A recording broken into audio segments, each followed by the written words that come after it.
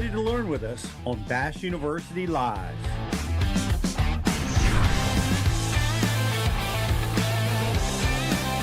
Bass University Live starts now.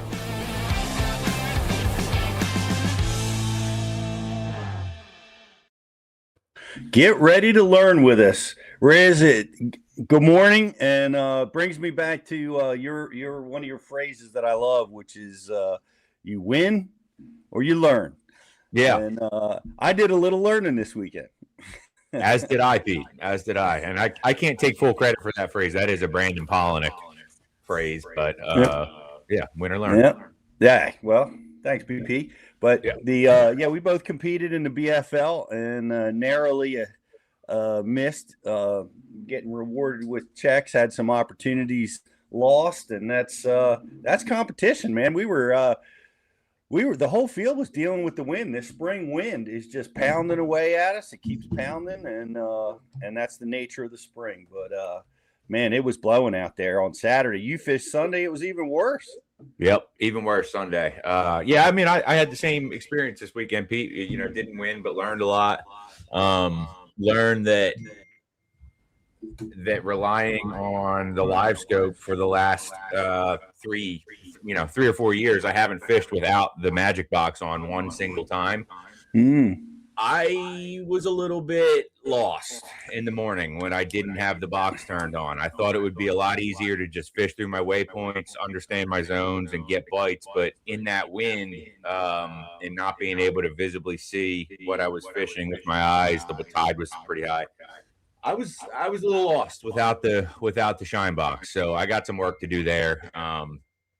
That was interesting. That was really first time I fished with that restriction too. One of our buddies, Rich, was saying how much he hated fishing without it, you know? And that's interesting. Let us fish, guys. I like it too, man. It's just a tool. And that was interesting. 3 hours. I used my 3 hours at the end of the day is when I decided to do it. I'm not sure that was the right call for me, but that was the first time I had to deal with it. But we've got a guy, he has to deal with it.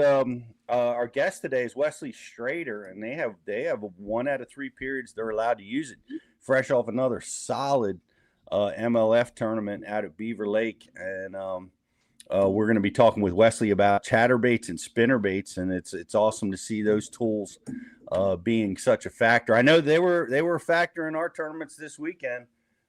Rich, I don't know how Sunday was won, but Saturday's BFL was won on a chatterbait. A lot of top finishes coming on chatterbait and a spinnerbait. When to throw which? Who knows? We're gonna dive in. Good morning, Scott. Good morning, Stephen and Depp Bass. Good to have you guys with us on the chat board. Give us a comment, any questions you have for us or for Wesley, and we look forward to passing them through. We are brought to you, and I love this new screen where it features whitewater and redfin and humminbird, mink coated, and thump gel. Good. Appreciate those guys. Bass University Live is brought to you by all of those great products, which I can't tell you what stands out to me. All of those were factors this Saturday, but one that stands out to me was the spot lock with that wind. What an amazing factor that was. My Raptors were deployed quite a bit, but the spot lock was a factor because I prefer that when I'm fishing into the wind, Riz. Like when I'm at tailwind, I like the Raptor approach to locking you down. But when I'm staring at that hard wind, that spot lock is my tool of choice, and on the Quest, which was awesome stuff. So, hey, without any further ado, let's bring in the man. He was picking and grinning for us a little bit before he came on. We didn't know you had the 6-string chops, Wesley. That was cool. I've been trying to learn. I've had one my whole life, but about 2 years ago, I decided I was going to learn how to really play. So I've been every day I play for about an hour, maybe sometimes more, maybe more than I should. But I take it with me on the road, and I just hammer away on that thing. That's so cool. We'll see you on stage soon, I hope. I doubt it. Hey, you get a big lead out there on the score tracker. You can just kick back and play some tunes for us. Maybe I should put it in a rod locker and during break, play during break. That'd be cool. That'd be a really cool. I think that's an absolute must, man. You got to do that. Nobody's done that yet. I just want to be like Luke Duncan's what I want to be. I just want to be like Luke Duncan. That's perfect. The perfect duo. I can get the beer going, but I don't know if I can get the guitar playing going. It'll take me a long time to get there. Oh well, we definitely like to see it, man. It's that was cool. It's good to have you back with us. Love that. Everybody loves having you on. And you had another blistering tournament, man. Came one bite away from taking home the big trophy. That was pretty awesome. What was going through your mind? You got your ounces away from the W. You know that. What goes through your mind when that's going down?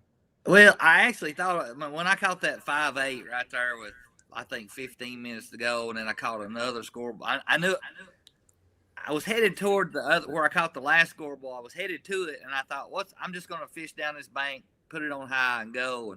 And when I caught that one, it's like, hey, when stuff like that happens, you usually win. But and I know how Cole is. Cole's a bundle of nerves anyway. He gets shook up pretty easy. So I've been around him a lot. I've hung out with his dad. And once I caught that last one, I said, well, now the pressure's on him. And I thought I didn't know if he could handle it or not, but he withstood the pressure. I just hindsight 2020, I should have went back to the cart pole and tried to catch one more, but my dad blamed river instincts took over after I caught those. I just caught 3 in a row on the river, and I'm like, I can just run this and probably catch one more before the time runs out, but I didn't. Well, that's a lot of mental toughness. That's pretty cool strategy, right? You're applying pressure, and some guys fold, under pressure, and that was interesting. He came through in that particular one, but you're not one that folds. You got a history of making these last minute runs. Yeah. This was one for the ages, though. I mean, I ain't never in my life caught 3 5-pounders in the last 30 minutes.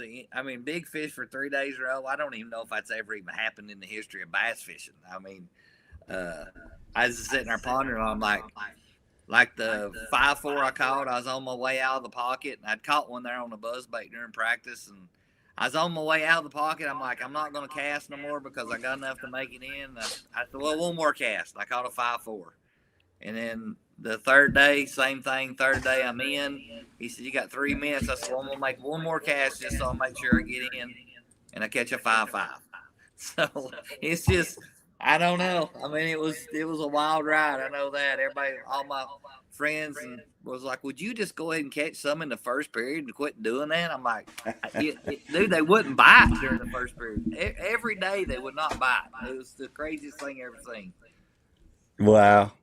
Well, I mean, were you we just talked about this because we're dealing with that scope. We all fished a BFL where we had a 3-hour scope period, and we were frustrated by it. It's the first time I ever had to do that. It's so I had to make those decisions. You got to make them every tournament. Was it a factor for you at all in this event? Well, honestly, I had what I had up the river figured out, and then I went down the lake on the second day of practice, and man, I got on an amazing scoping bite. I thought, dang, I could catch 20 scoreables in the first period. And that thunderstorm or whatever happened, we got a day off on Tuesday. Whatever happened, I only caught 3. I started out with scope the first day, and I caught 3 scoreables, and they were just like poof, gone. Like they were floating high in the water column, chasing shad. Shad's gone, bass gone. And I knew from fishing Beaver Lake in years past, I said, well, I'll just go to the bank and throw a wigglewort in the same areas, and I never had a bite on the wigglewort. I caught 3 scoping, and I knew right then, that's right, I'm turning my scope off, and I ain't using it again the rest of the tournament. I'm gonna go river fish just fish shallow like I do, and hope it all works out. Well, it did. How does that actually, like, what are the logistics there? Like, you bailed on the down lake scope fish, then you're going to go river fishing. So you got to make the move. When do you make that run? Is that Well, so that's the other thing when you've got one every minute you spend running you're getting behind. So you kind of watch score tracker and see how it's going. Like, is it fast paced? Is it slow paced? Do I got enough time to move? And it all depends on how you're catching them too. If you're not catching them, you got to move. Period. But you just look at score tracker. It's kind of like it's like a play by play. You can tell by minute. You tell your boat official, hey, I want to know every. Edwin wants every fish scoreable counted. Like, he wants to know everything. I just want to know if it's moving fast or slow and where I'm at. So that gauges on whether I can run or I can't run, or I need to stay put, I need to speed up, slow down. So that's the determining factor. But it was going in, and also you can tell how many people's using scope on a score tracker. Like, I think half the field or more than half the field was using scope for the first period. And I can kind of look at the names and who the guys are really good at scoping. And once they shut that box off, they usually, I ain't gonna say they struggle, but some of them have a tougher time without the box on. So then I know I can run, and I can maybe make up some ground, even if I have to run a long ways. So did you run during the first period or during the second period? I ran after the second period started. I took off and ran. It's a pretty good ways, but I stopped. I kind of worked my way up to where I eventually caught them and just kind of nickel and dimed it. Tried to stay in the back. I don't want to say I'm just going to say I had a ton of confidence that I was going to catch them in those areas. I knew what had happened, where the fish were at, where they were going. I had caught most of the fish on the main river, like leading into pockets, and they were all just white, fat, hadn't spawned yet. So I knew they were headed into the coves to spawn, or the pockets to spawn. So you just had to figure out where they went to in the pocket to be able to catch them. So, but I had a good idea I was going to catch them later in the day. It just seemed like it got way better later in the day for the shallower bite. I know that lake. It's like 1 million miles long. Were you making a long boat ride? Like, I've run an hour on Table Rock. Let's just say from Prairie Creek, it was 45 minutes from Prairie Creek to where I went. Okay. So it was a good run. Man, that's a big amount of time to give up during a 2-hour period. That's why I done it in sections. I just kept working my way, and I nickeled and dimed it. Like, I'd catch 2 or 3 here, I'd catch 1 or 2 there. Every time I stop, I catch 1 or 2 until I got to the last period. And I think the last period, the first day, I was in the 40s, and then I got to the magic spot that I knew. Like, I had went in there and practiced, and I'd caught the water. I'd been looking at it, and the whole key to it was there was a beaver dam and a beaver pond in the back of this pocket, and the water was so low it was deeper. There was 2 ditches come out of the beaver pond, and there was a tree laid over the creek. You couldn't get underneath it, or the ditch going into it. You couldn't get under, you couldn't get over. It's a big old giant oak tree. There was no way around it. And the ends of the tree were on the flat, and it was like 4 inches deep. You couldn't get around it. And Tuesday night, when we had all that rain, I said, I done knew what was going to happen. I said, it's going to come up. It's going to get muddy as crap. And I said, that water coming out of that beaver pond is going to be clean, and I'll be able, just gambling. I'm like, those bass are going to run back there to where that clear water's at, and it's going to be game on. And, dude, it was just like I drawed it out on a piece of paper. I got there the first day. I had like an hour left of 40 minutes left to fish, I think it was. And when I got there, the clean water was coming in. I could see them pushing bait, and I got around the end of the tree, and I think I caught 18 pounds in like 15 minutes. And I went all the way up to 19th, and I came out. I said, well, I can't pound on it. If I pound on it too hard, I won't have enough to make it to the knockout round. So I just left. I just wanted to get in, keep myself close, and just manage it. I was just managing the fish that I had. I knew I didn't have a ton, but I thought I had enough to make it to championship day. If I could just make it to championship day, maybe the good Lord would bless me with something better than what I had. And that's exactly what happened I made it in. We get to day 3, knockout round. I'm out. And this particular pocket that I was in, when I came out of the pocket during practice, there was some flooded grass where the water came up. And I went down that bank and I caught a 3 and had another big one on out of that grass. And I thought, well, third period, I came out there. I caught what I could catch. I leaned on it pretty hard. I think I was within 3 or 4 pounds of getting in to the championship round. I think it was in 10th or 11th, something like that. And when I came out of that main pocket, I started up through there, and the carp had it just blowed out with mud. And I said, well, I haven't been able to go all the way around through here back into the channel because the water's been down so low. I said, I'll just go around through here until I get back in the channel, and then we'll run on up the river and do some. And lo and behold, when I got up to the end of that deal, it was still closed off. But I told my boat official, I said, oh, my God, look. He said, what? I said, it's the promised land. I said, look, there it is.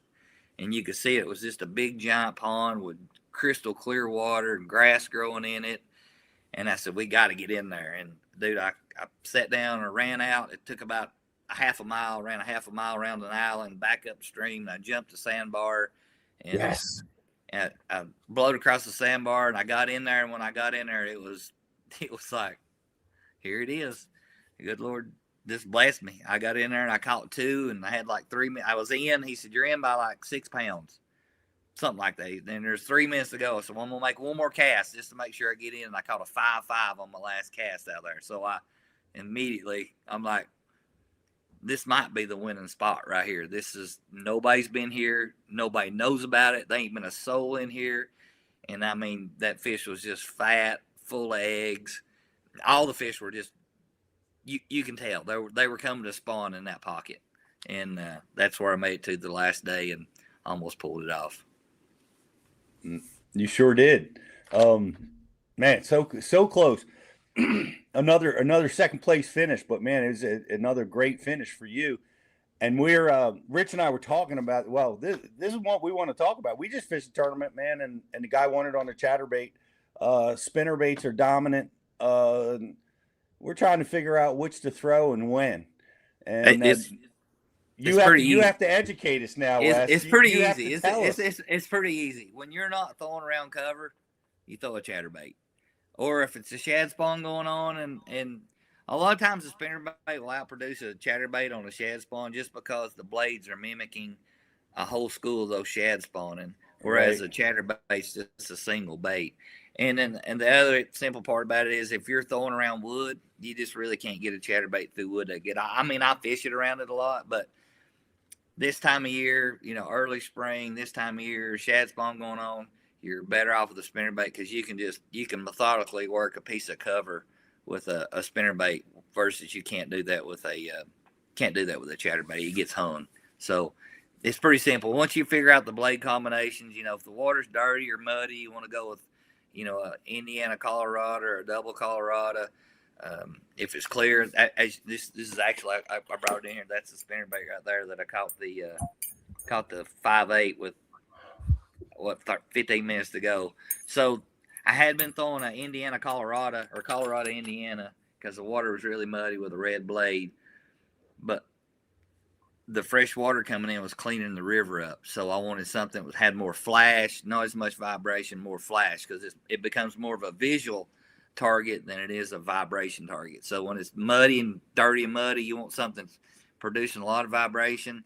And I designed that W blade with 32 thousandths wire and a continuous round bend. So the problem with light wire is, it produces more bites, but you also have the risk of breaking your wire when you get a fish on after you catch so many fish on it. So I don't know if you can see this on camera or not. So what we done is I took and designed it where it was one continuous loop. There's no more R bend. So it's just like a split ring. It's a split ring with 2 long ends. And so what that does on an R bend spinnerbait, when it bends, it usually bends right there in the R.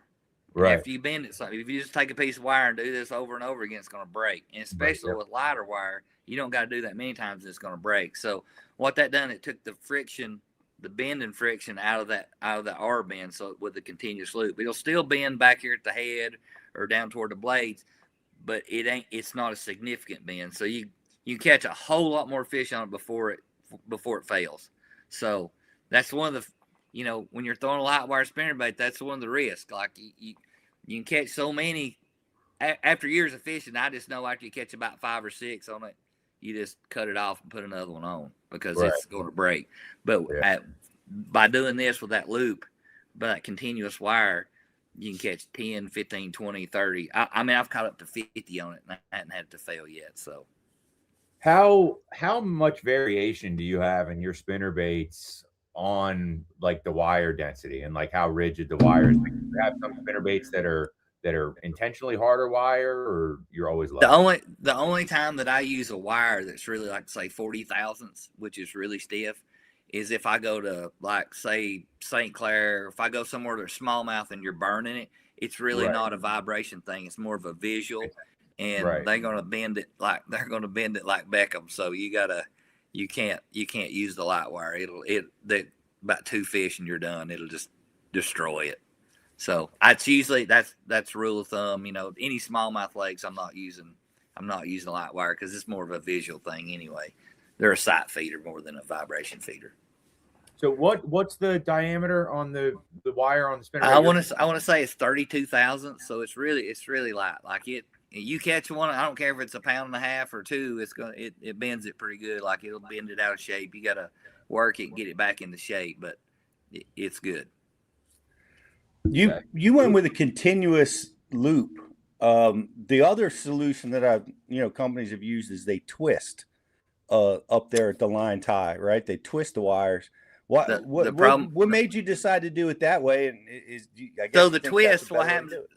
So what happens with the twist is every once in a while, and this one will do it too, but it doesn't cut your line. The twist will cut your line. Yeah. So the continuous loop, it'll slide. I mean, you got to pay attention. It'll slide up in the continuous loop, but it ain't going to cut your line like the R-bend did, like the twist. The twist has got rigid, and it'll cut your line. So that's why I done that. I noticed something else on that spinnerbait. Your trailer hook. Show how you have that trailer hook, Rick. Now I get frustrated with that sometimes because it kicks to the side, but you have it fixed there. You like to use that type of trailer. This is a Jason Christie Eagle Claw trailer hook, I think, and it's got a plastic coating on it where when you put it on there, sometimes I like one that's more free, but if you're fishing around a lot of wood and it's free, you'll get hung up a lot. So you want one that's got more of a, I don't know, it's dipped in some kind of plastic where it stays.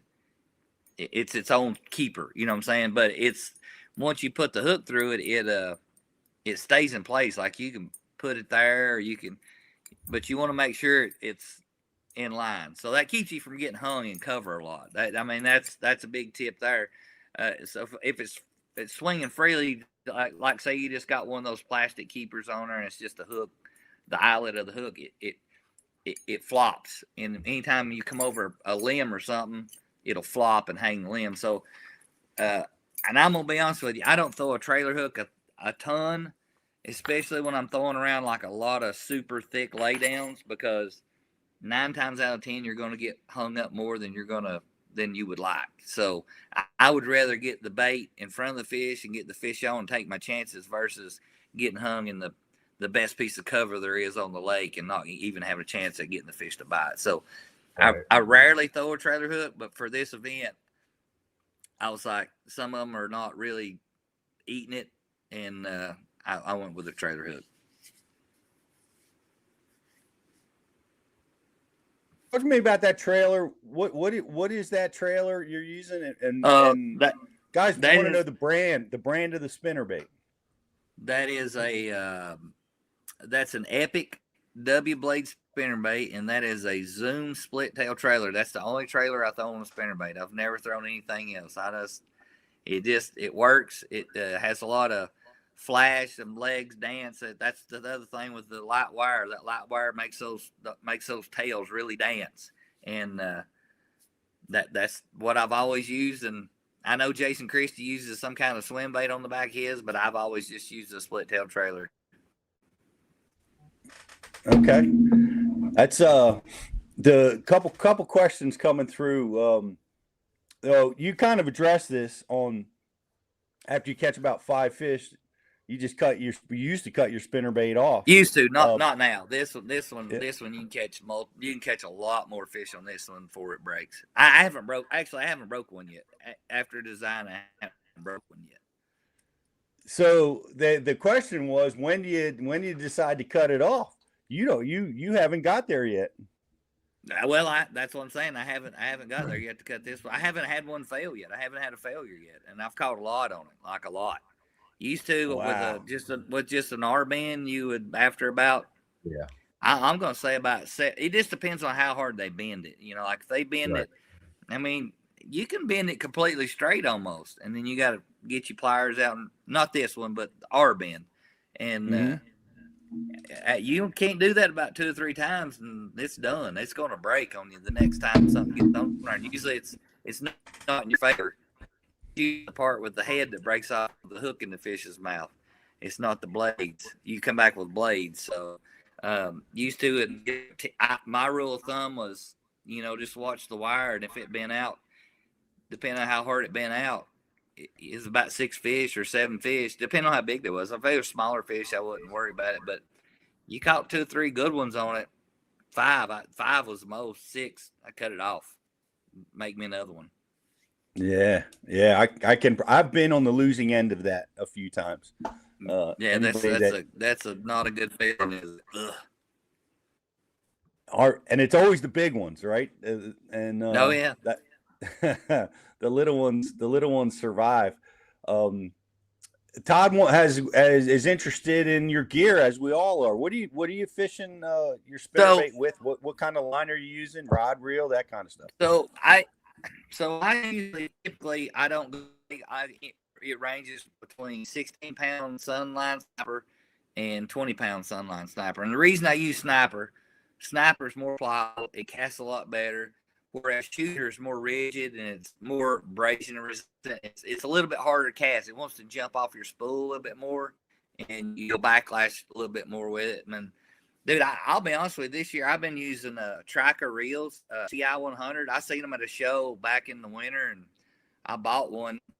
And dude, I really liked it. I reached the company, and they sent a few. And I've been throwing them all year. They're aluminum frame, titanium parts, and ceramic bearings, and man, they're sweet. I mean, I'm enjoying every minute of throwing those reels. And the rod I was using was a 725 PAL 725 CB naked, which is a 7'2" 5-power cranking rod. It's a crankbait rod, and it's got a good bend in it, but it's got a good backbone. I won't go below a 5-power when I'm doing that with a chatterbait or a spinnerbait. I throw both on a cranking rod, and it's a blend between graphite and fiberglass. It's a composite rod, so it's got a good backbone, plenty of tip to not take it away from the fish when the fish gets it. I think we're all a little trick one jerk. So it's got a little bit of tip to let that go ahead and get in the fish's mouth and then plus it's got enough backbone to drive the hook on through to secure the fish in the mouth. It's amazing how that has changed over the years, because when I first started, we were all throwing graphite, and power rods on spinnerbaits. And at some point along the line, somebody figured out we're losing fish with that setup. We need to soften that rod. And that you've done that. I mean, it helps a lot, I guess. I learned that from B Hot. B Hot's probably the world. I mean, dude, you look at all the tournaments he won on a chatterbait, and he just straight up throwed it on a glass rod. I mean, he just throwed it on a glass rod.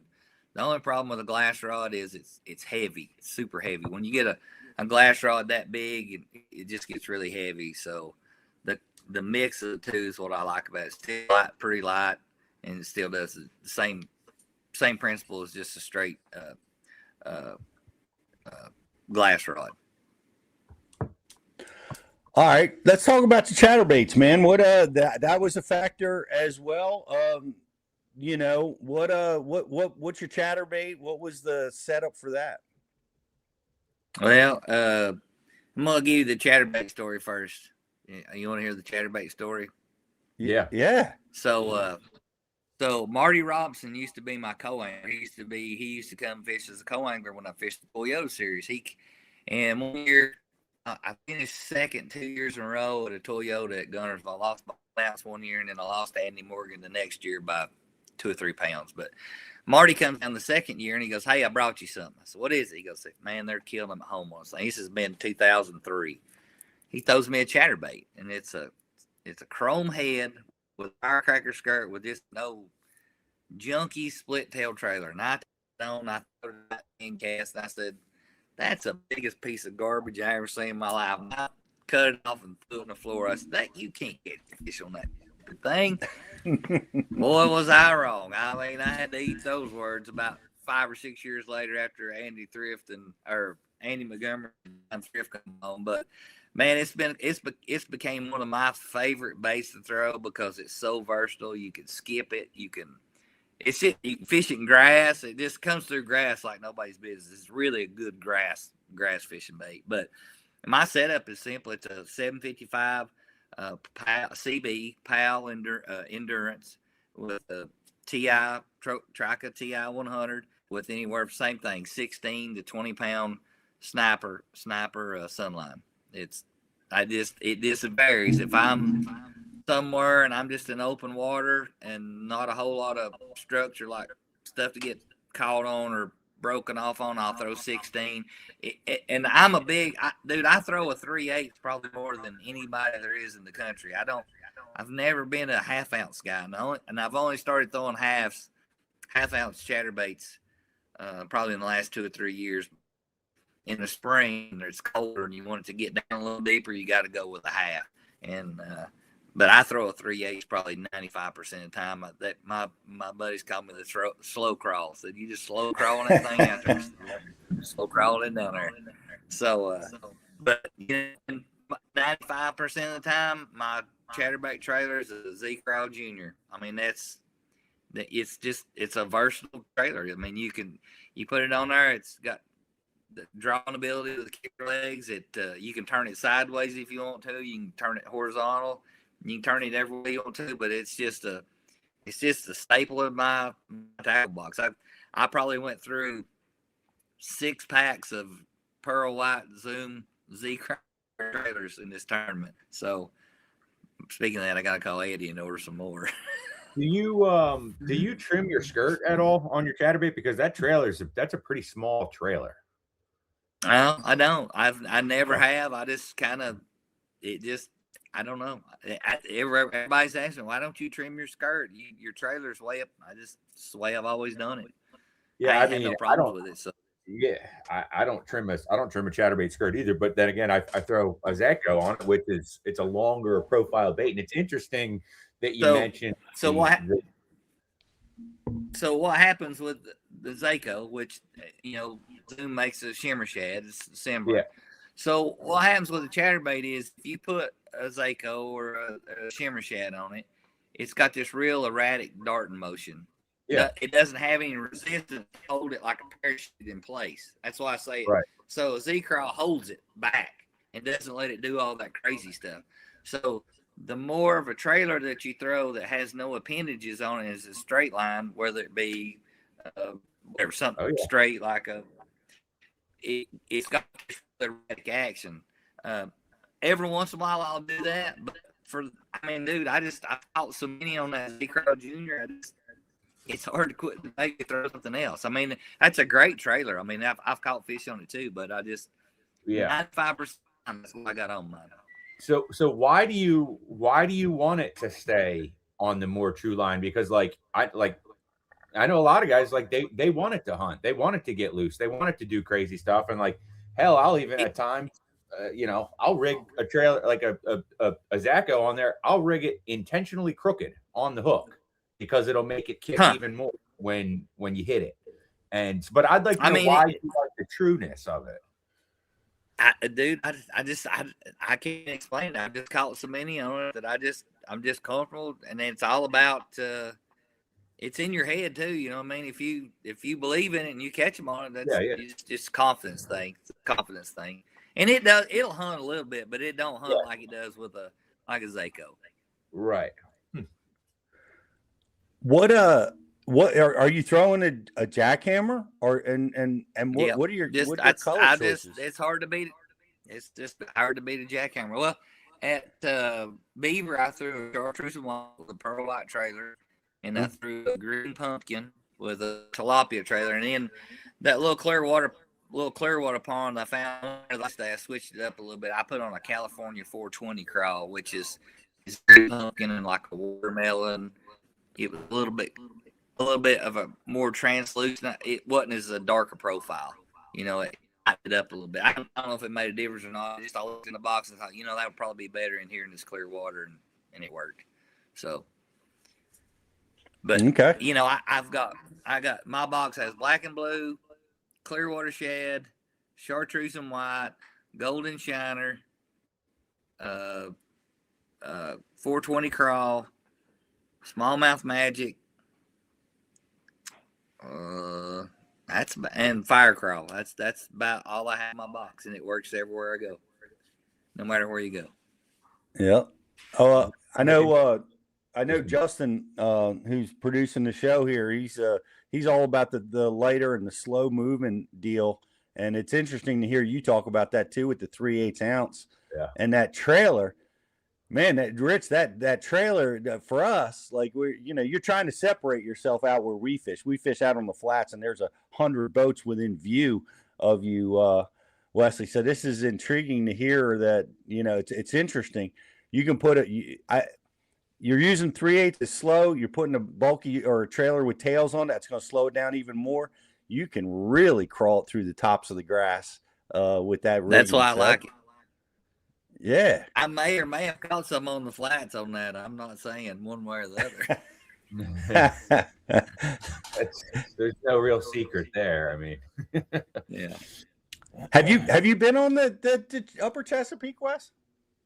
Oh yeah, I was there for what was there for the elites? Well, the elites 1 year, or was it opens? You were there. You were there twice. Was there for the elites when Aaron won. I thought was there for Aaron Martins won, and then you were there in 2018 when they canceled it because the dam was wide open. Yeah, because the dam was wide open. Yeah, there's stuff floating everywhere. They canceled that one. Yep. So yeah, I like it. That's what I love that place. I like water, and dude, that flats is I like fishing those flats, dude. I mean, you go a long ways without getting bites, but dude, it's got some good quality fish on them flats. I mean, I've caught several nice ones out there on the flats, and usually they're grouped up a little bit on those flats. Yeah. Well, we've been right now. It's really cool. We're of course, we're knee deep in it, and we're fishing there a lot. And the spawn, has started to take hold, and they spawn all over those flats like you won't believe. When it's really cool when the water clears up, you can see beds forever at times. Really, yeah. Right out there in the middle of the bay, man. They're having a spawn fest, and it's going on right now, But sounds like fun. Yeah, it sounds like we need to get some more 3/8 ounce spinner or chatterbaits. But it's interesting, and as I'm assessing your teaching here, you're going to throw that chatterbait first. That's with the exception of the shad spawn. You're going to opt for that chatterbait first, and then move to the spinnerbait when it gets complex in the habitat. So my whole thinking behind a chatterbait, since I've changed my thinking from it becoming a piece of crap to being one of the best things I've ever thrown, it kind of combines a spinnerbait and a rattle trap. It's got lipless and a spinnerbait they lost over. And dude, here's the thing: I will not throw a chatterbait unless that blade hits the head. If it don't hit the head, it's no purpose. It doesn't do any good. It's still making vibration, but you're getting that. If you've ever been underwater and heard one go by you, that blade's clicking that head and it's making some noise. It's just like a lipless crankbait. It's almost like a one knock or a two tap lipless crankbait. It's making that same exact click noise, but a lot faster. And it's so versatile. You can't skip a rattle trap under a dock. You can't skip You know, a rattle trap will come through grass, but not great. I mean, you still get grass on it, but it's just, you can fish it so many ways. Like you can throw it in rocks, you can throw it, you can throw it through brush, but it's more difficult. But that's another reason why I throw a 3/8. You can creep it through the brush and not get hung as bad too. So, but it's just one of those baits you can pick up, no matter if the water's clear. It's just versatile. You can throw it in clear water, you can throw it in muddy water, and they bite it everywhere you go. I haven't been anywhere yet that you couldn't catch one on a chatterbait. Yeah, that's a fact. And Wes, I had the same exact story about the chatterbait. I had an outdoor writer give them to me, and I thought the same exact thing, man. I'm like, there's no way this can catch a fish. This is garbage. And I threw it in the belly of my boat along with Senkos. I also threw them down thinking they were garbage. So it took me a little while to come on to it too, but eventually came around, and I agree. It's got to be one of the most versatile baits there is. The question, another question about blades on the chatterbait. Do any of your combinations have the painted blades? Are you using any of those? Well, yeah, most of the green pumpkins and the blacks and blues, they have plenty of blades on. But I will tell you a story that I had my hind end blistered one time on the Potomac River, and it's back when I fished FLW and had a co-angler on the back of the boat. And then I've got a black and blue chatterbait on, 3/8, black blade. The guy in the back of the boat's got a black and blue on, and he's got a silver blade. And I mean, he's giving it to me. I mean, he's catching them. And I'm like, dude, I'm throwing the same thing. And dude, until I sat down and scraped the paint off my blade, I did not catch him like he did. And it was that silver, dude, don't know why, but that was the difference, was the silver blade on that. And it's just little things like that make a difference sometimes. And the guys that can hone in on that are the guys that just really, that they excel. You know what I mean? Yeah, that's so blade color on chatterbaits is like, it seems like it's very overlooked, but there are times where it absolutely makes a massive difference. And like, I know sometimes a white blade, like a white blade on a white chatterbait is, I don't know why. I don't know if it's just glowing as it comes through, but it's a difference maker sometimes. Yeah, and like the gold blade deal, like, you know, for so long we've always thought, you know, gold blade throw it when it's overcast and cloudy. Not always the case. You know, it's that gold blade can do a lot for you when it's slick, sunny, and absolutely no wind, and you can't get them to react on anything. And that gold blade just gets so wild that they can't handle it. They have to bite it. And that's a side note, but you know, we had some questions come in on do you use gold bladed chatterbaits, Wes? Yeah, absolutely. Florida's a big, like that golden shiner. I can't tell you how many bass I've caught on that golden shiner chatterbait. I mean, it's just actually Cody that fished the FLW tour one year was with me. We went to Headwaters and he caught an 11-2 gold bladed chatterbait with me one day. It was crazy. But yeah, definitely gold blades. I actually throw there's one that's like a green pumpkin with a little bit of amber in it. And it's got a gold blade on. I can't remember the name of the color. It's B Heights bluegill. B Heights bluegill. I catch them on that quite a bit. B Heights bluegill. And that's a good one. It's a good one, Pete. Yep, that's my son Jake's go-to. Is B Heights bluegill. Shout out to B Height. All right, these are when they're chomping it. What do you go to the mini max when they're not? Do you have a place in your arsenal for that little one? Which one is it? The baby jack? I've tried the jack. I like it. It doesn't catch them on it, but for me, and it just probably, like I said, it was a piece of junk before. I just haven't fished it enough. But you really got to pop your rod to get it going. It's got a very tight, really small vibration. You can barely feel it in the rod. And it feels weird to me throwing it, and I haven't caught enough on it to say it's good or bad for me. I mean, I got a buddy that swears by it, but I haven't. And the smaller ones, I haven't caught. I don't have any. I've bought them and I've thrown them, but I ain't done that well on. I just always put on the regular.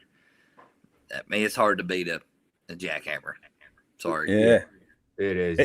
The mini max definitely has a place. You know, it catches fish. Like when I have high school kids in the boat with me or juniors that, you know, can't handle a bait catch, a lot of time I'll give them a mini max in 1/4 or 3/8 and let them huck that around on a spinning pole. And the deal is, for anybody that's listening, I'm really giving some stuff up here today.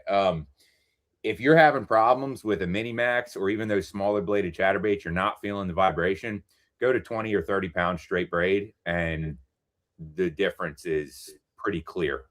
As soon as you start turning that handle, that blade engages, and you don't need a leader. They eat it just as good without it. And the smallmouth. What kind of trailer do you put on those smaller chatterbaits? So we're really getting crazy here, but I just rig a flatworm on it. Little bitty guy. Yeah, little Berkeley flatworm. So it's a very, very small offering, but you know, you go up north and you dye, you know, they sell a black and blue one. I don't think they sell an all black one, but you dye the whole chatterbait in black spike it. And it's basically like throwing a hair jig with a little extra, you know, buzz. Yeah. It's interesting. I would have thought, Wes, that you would have. Huh? I'm putting that in my notes right now. Yeah. I would have thought, you know, with the MLF format, man, that might be. I thought for sure you were going to jump all over that, Wes. I was surprised that you haven't thrown that, because that can be a fish catcher. I thrown it, but I just haven't had that good of success on it. I mean, like I said, my buddies, he swears by it down here when he gets a lot of pressure on it. He starts throwing that baby jack. Yeah. And I went out and bought me $200 worth of them. I just didn't. I haven't done that well on them. I'm not a fan of the baby jack. I think the mini max is, if you're looking for that, you know, smaller offering, the mini max hits better. The hook is strong. It catches them. You know, it absolutely. Yeah, I haven't thrown the mini max. I just tried the baby jack. Yeah, it'll also burn you, you know, because you'll start getting some bites on a mini max on the Potomac in June, and Brian Schmidt will come up to you and tell you he's disappointed in you because he's a mini max on your front deck. And then come to find out, he tells you you'll never win on the Potomac fishing for those minnow eaters. You got to be fishing. He pulled up and wanted your man card. You need to turn your man card in right now. Yeah. Is that what he said? Dude, he took it. I called him the day before the tournament, and I'm like, dude, you got any mini maxes? And he's like, are they jumping on it for you? I'm like, man, I'm getting some bites on it. You know, like I thought I had something. And I showed him my little mini max with my flatworm on it, and he said, Bub, I'm disappointed in you. Should have known right there. Cut it off. Put the full one on. Love it. You know, depth bass, $200 gets you about three. Yeah. Man, that's the harsh reality, man. Those jacks are $20 a pop. Tell me about it.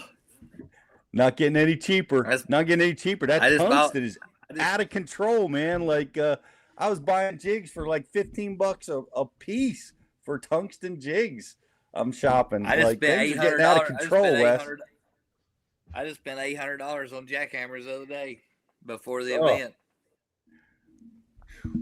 Good. So hey, well, you made if anybody's listening to Z-Man right now, I would take a discount. You don't even got to give them to me for free. I just like to get a discount. Some kind of little bit of, hey, thank you. Yeah. Yep. No kidding, man. That's would you take 45 grand for this last tournament? That buys a few jackhammers. Yeah, I think I got big fish 3 days in a row too. So I think that was 1,000 extra a day. I'm not sure. I can't remember. They used to pay like $4,000 for the overall big fish, but I don't know if they still got that or not. I don't know. I hadn't saw it, so it wasn't bad. I mean, it wasn't. It was just $75,000, 8 minutes. $75,000 I lost in 8 minutes. But who's worried about that?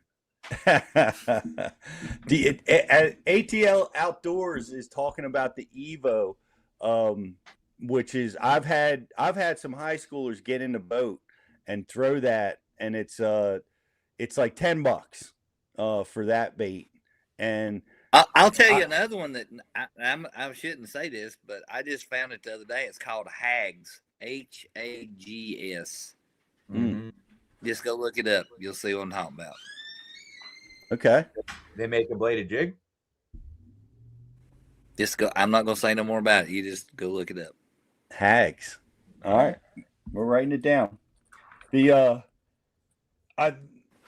I love going into the pool and listening to the sound, because I don't know what the difference in sound of the Evo is versus the jackhammer versus the chatterbait, but I've done that exact study where you jump in the pool and listen.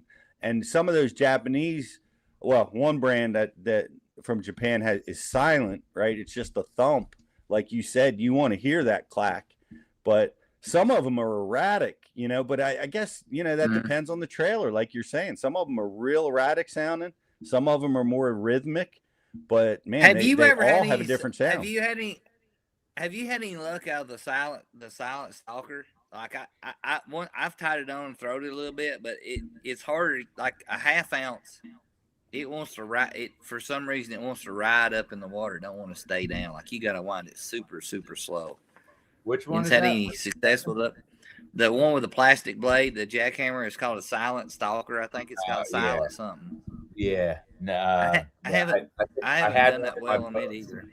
I had one, and it just lived in the console of my boat for a couple years. Never made it into the lineup. So I got nothing. Yep.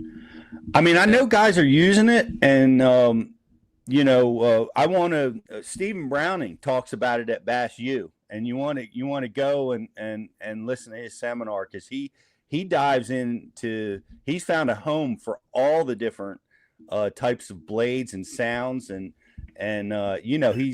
he's locked in on that bait. I don't think he throws anything else, Wes. But I don't think well, I know he throws something else. One more thing, he throws a square bill a lot. Yes. Yeah. But yeah, there's a home for those. I heard Lee. I don't know if this is insider or what, but there for a while, I think Jordan Lee was throwing the silent chatterbait, and had done real well, or won big with it, or maybe even won the classic with it. I can't remember the story that I heard at this point, but I picked up a few because I heard that was one of the keys to success, was following guys with that with absence of sound, and catching big ones behind guys. So guys have figured out, I guess, different ways to handle all that stuff. As a matter of fact, Steve, I think figured out a way around a patent. Yeah. Well, Stephen Browning was even talking about that big blade. Have you thrown that, Wes? That monster blade? I throwed it a little bit. We was at Santee Cooper one time, and I throwed it a little bit. I know some guys, like buddy was catching them on. He said, "You need to throw this," and it just. The only thing I can see is it just slows down the amount of times that the blade hits the head. It ain't really. Yep. It just. I didn't catch many on it. You know what I mean? It's just a bigger blade. I don't know. I didn't catch them. So, yep. And I only got room for so much stuff in my boat, and I got enough stuff in it as it is. And it's still working, so I'm just gonna keep doing what I'm doing. Well, keep going, brother. You're doing great. It's great to see. And what do you got next? What's the next big deal for you? We got Grand in the middle of June. I think it's June 18th. I thought in this tackle warehouse deal up here at Douglas, but I think I'm gonna sit on the sidelines. I don't think I want to do it. It's supposed to rain about 3 inches, I think, tomorrow. So I'm gonna bail. I ain't doing it. Are you? Wait a minute. Are you getting to be a fair weather fisherman, Wes? What's going on? No, I know what's gonna happen. It's gonna come up about 2 or 3 feet, and I'm good. Douglas ain't my favorite. It ain't my favorite place to go fish anyway. It ain't like it used to be. It used to be really, really good. It's kind of went down. It's got a lot of fish in it. It just ain't got a lot of big ones in it anymore. It gets a lot of pressure, tons of pressure. Yeah, that's you interesting. Put I remember. You put 100-something boats on it, and it gets crowded. Let's put it that way. Yeah, I hear you. I know we fished it. I fished it there. It's a ton of fish. Would they be spawning with that this time of year? They all done down there. Well, see, the water keeps creeping up, so they should be. I mean, they should be. It's the full moons right now is coming. If it ain't tonight or next night, it's coming, and they should. I mean, but if it jumps up real fast, it could. Who knows? I don't know. We've caught them there in June, middle of June, still spawning. Because the water comes up so fast, it'll just start coming. It'll start coming up a foot a day, and those fish start spawning with it moving that fast. I got you. Well, enjoy your time off. You can pick up the guitar that week. Well, that's a given every day. I'm doing that every day. I love it. That's my backup. My backup plan. I'm gonna join Luke Duncan's band and travel around with him. There you go. I like it. You got to be on the stage with him down at the Classic this year, or when he does his. Not the traveling wheelbarrows, the traveling dingleberries. I love it, man. Well, shoot, great having you with us, man, and congrats on another great finish. And yeah, we look forward to seeing you out there and smashing them up the rest of the season. Maybe we'll run into you out on the Chesapeake Flats one of these days. Well, I know I'm going to run into you at ICAST, so look forward to seeing you guys at ICAST. Yeah. We'll keep in touch, Wes. We're looking forward to hopefully having you as a speaker with us. If we can get an hour with you, we'd love to have you. So, all right, so we can work it out. We'll work it out. How's that? Yeah, it works. Let's do it, man. I look forward to seeing you down there. Have a good rest of this spring, and we'll catch up with you soon, brother. All right. Thank you, guys. Yeah. Appreciate you having me on. You bet. Wesley Strader, everybody. 2.6 million in earnings. Yeah. Chris. Yeah. And that's just on the MLF side. I don't know what's going on over. I didn't look into the bass side. Yeah. I mean, and it's awesome because it's like he continues to do it his way. Mm-hmm.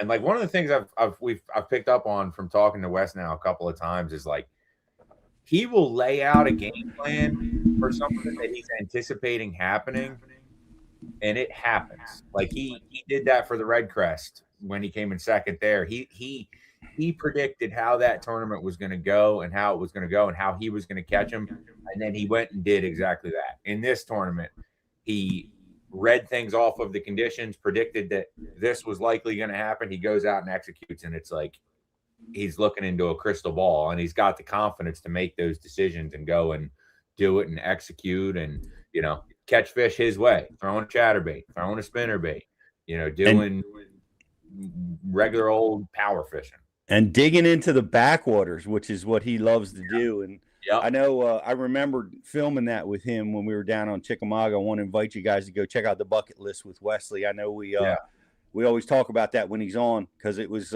such great experience being down there. But that's always been his MO, like the John Cox mentality, get to the back of places.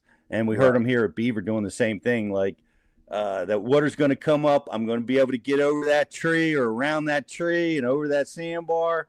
And sure enough, man, found the promised land. We're going to take a quick break. We're going to be right back with some more Bass University Live. We're off the clock to clock more fish, to fill our live wells and empty our coolers, because there's more to explore. The latest Humminbird fish finders work fast, see clearly, and know all the best spots.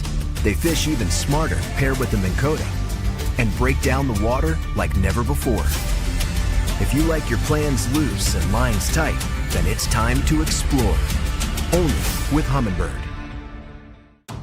Get right to the fight. New Mega Live 2 forward-facing sonar puts you on more fish with an ultra-clear, rock-solid picture of underwater action. Next-gen clarity, next-level fun. Only with Humminbird.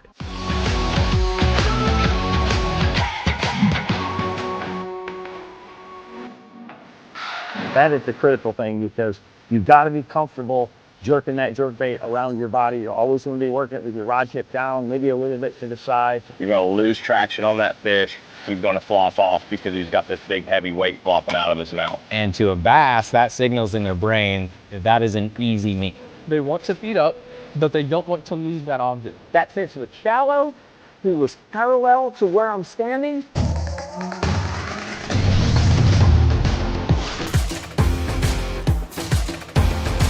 Reading that screen, watching, throwing, casting, learning.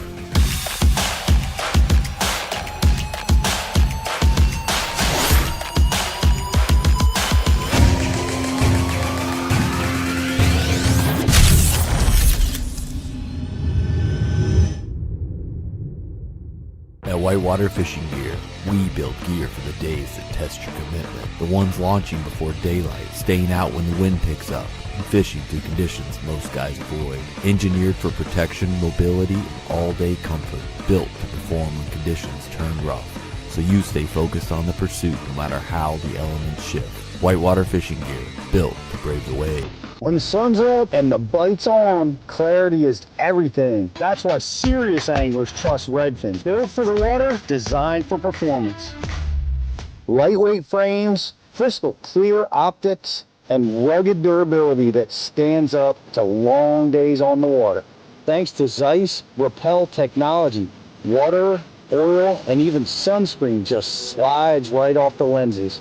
Your vision stays crystal clear. See more, fish smarter, and protect your eyes with Redfin. Redfin polarized sunglasses.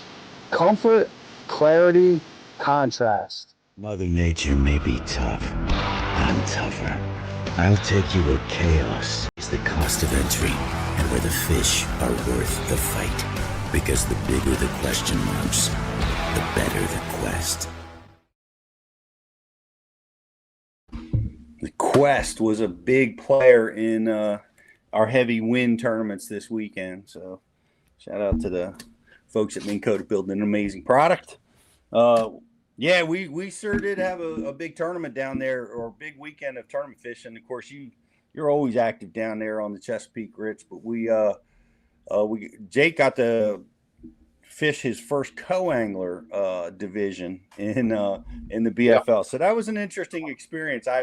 I'm training and working with the boys, but him and his partner Jack both competed in the co-angler side, which I think it's an important, or it's definitely a training tool. I think it's a good training tool to get in a boat with somebody else, especially at the BFL level. You know, you're fishing with guys that know their way around fishing a little bit. You know, you get exposed to some different and new things that you would never get to see. So I recommend it. The boys both did it. They both caught limits. They both caught their 3-fish limit. And, you know, we missed the check line a little bit, but man, oh man, those I saw the leader of the co had the biggest fish of the tournament. He had a 6+ pounder that day, which put him in the lead. But BFL's, it was a good tournament. Enjoyed fishing it. The scope thing was not my favorite part of it, and although I was very comfortable without it, but man, when I wanted it, you know what I mean? Like, I don't like that 3-hour stuff, man. I don't like plan. I don't know how to plan for that. You know what I mean? It's like I just want to fish the moment and fish what's in front of me, and sometimes I use it, sometimes I don't. So putting me in that 3-hour box was not. I didn't like that, Rich. Yeah, I didn't realize how much I've come to rely on that box. Saturday was the first time in 4 years I've been without it, and I definitely was lost without it for a little while. I got my parents about me, and settled in a little bit. So there's an adjustment there. There's definitely even fishing shallow habitat, shallow grass. I mean, hell, I mean, I don't ever make a cast out in the grass and not know what I'm throwing at. And that got taken away from me, and I wasn't quite prepared for it. Got to get a little better at that, you know. Got to figure that deal out. So, Yep. I'm reading Steven's comment here about the grassroots, evening the playing field, and that's what it does. And he feels like the Toyota should be allowed 100% of the time. It's an interesting perspective. And he also said he caught 90% of his fish on the no scope period. And yeah, for me, the scope was, I just use it like a tool, man. It's like I stare forever. I used my 2D, and that's what you stare at. You always got to know where your depth is, where, being aware of your position geographically on your GPS.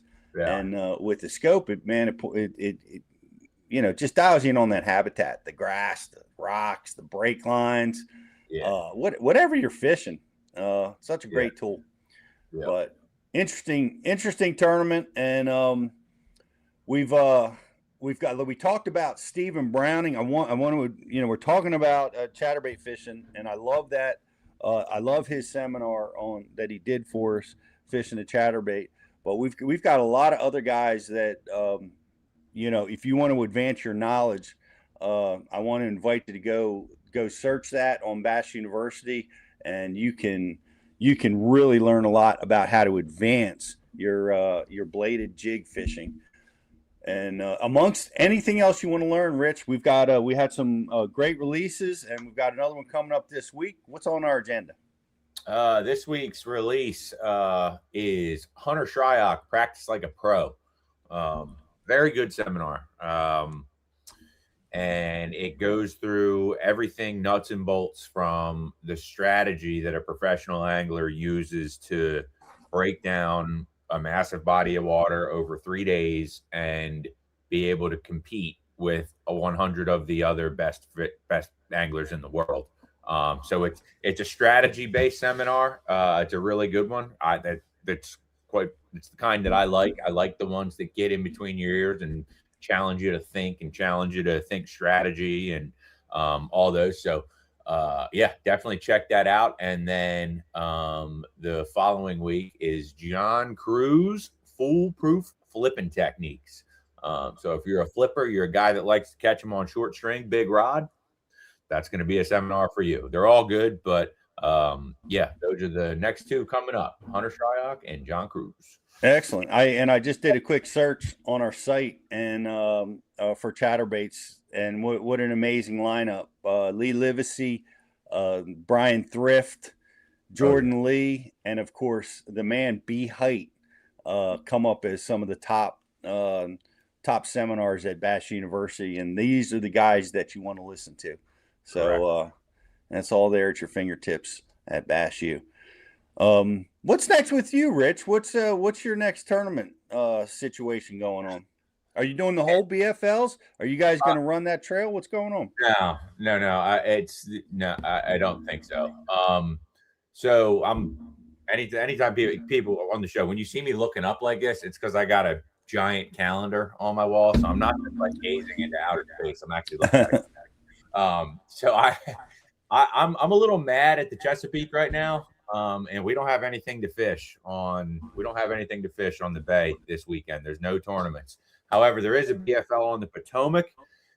I might drive down there Saturday morning and show and go. No practice, full send, just go bass fishing because I need a change of pace. And then the following week we get back going with the Chester County Bassmasters on the 16th, and then we got the Susquehanna Fishing Trail SummerSlam on the 17th. So that's what I got. That's cool. I think Jake and I are going to be wrestling in the Chester County for sure.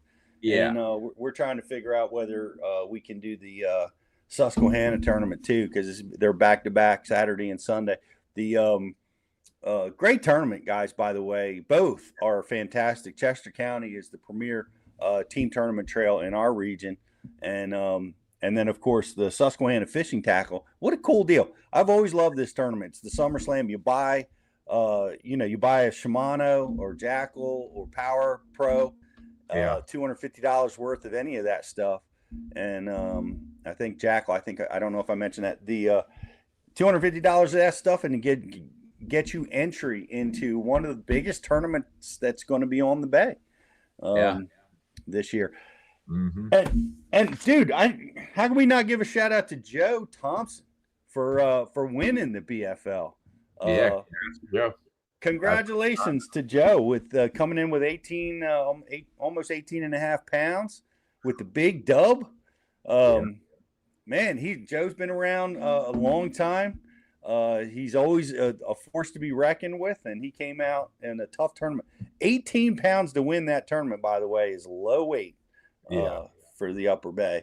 And that shows you what kind of conditions we were all dealing with. And Joe finished on the top of the heap. So congratulations, buddy. Yeah, Joe is a bass tournament winning son of a gun, man. He can catch them. There's no doubt about it. Yes, sir. Especially on the Potomac and the Chesapeake. Two or three of his good bodies of water. But all right, well, I appreciate you guys hanging out with us. Thanks for all the great questions. Thanks for being part of Bass University. Rich, what else you got? One more thing. Sub of the week. Stefan Sirachman rocking the Bass U, rocking a Bass U hat. He cashed a check this weekend on the BFL. I forget exactly what place he came in, but there's a sub of the week. Stefan Sirachman. All right. Hey, great. Thanks for being part of the program. And I also want to invite you guys to reach out to us, DM us, and on social for our ambassador program. We're looking for guys. We're looking for guys that are using Bass University to become better anglers. We want to talk to you guys. So give us a shout through our Instagram DM and other places. How else can they get in touch with you, Rich? You can reach out to me directly. My social media handles down there below my name here. You can reach out to us on the Bass U page. You can email us. I can throw my email in the chat. Email me if you're interested in becoming an ambassador. We'll review your resume, so to speak, and we want you guys down. So go reach out to us. Download the Bass U app. Yes. Download the new Bass U app. Got to do that, guys. Yeah. Everybody loves it, and please give us a review. Whether you're using it on Apple or using it on Android, go give us a review. Let us know what you think. We appreciate that. What else you got, Riz? That's it. I was just going to say, download the app and please leave us a review. Well, all right. Thank you, guys. Thanks, Riz. Thanks, Justin. We'll catch up with all you guys next week. We have a guest next week. Let's tease that, Rich. What do we got? Banks Shaw, the young man tearing it up on the Bass Pro Tour. Came in third in the same event that we just talked to Wesley about. But he has been absolutely caving their heads in for a few years. He's a hell of an angler. So we're going to be talking to him next week. All right. Sounds good. Looking forward to that. Looking forward to seeing you guys there next week on Bass University Live. Have a great day, everybody.